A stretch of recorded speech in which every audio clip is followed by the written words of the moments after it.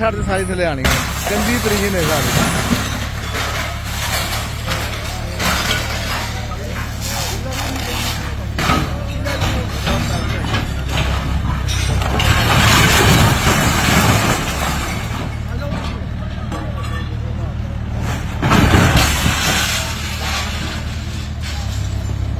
ਹਾਂ ਵੇਖੀ ਜੀ ਏਡੀ ਵੱਡੀ ਕਲੋਨੀ ਦੇ ਦਫ਼ਤਰ ਵੇਖੋ ਅੱਧਾ ਘੰਟਾ ਨੇ ਕੱਢਿਆ ਦਫ਼ਤਰ। ਲਗਾ ਚੱਲ ਲਗਾ ਲਗਾਓ ਐਂਡ ਵਾਲੀ ਛੁੱਟੋ।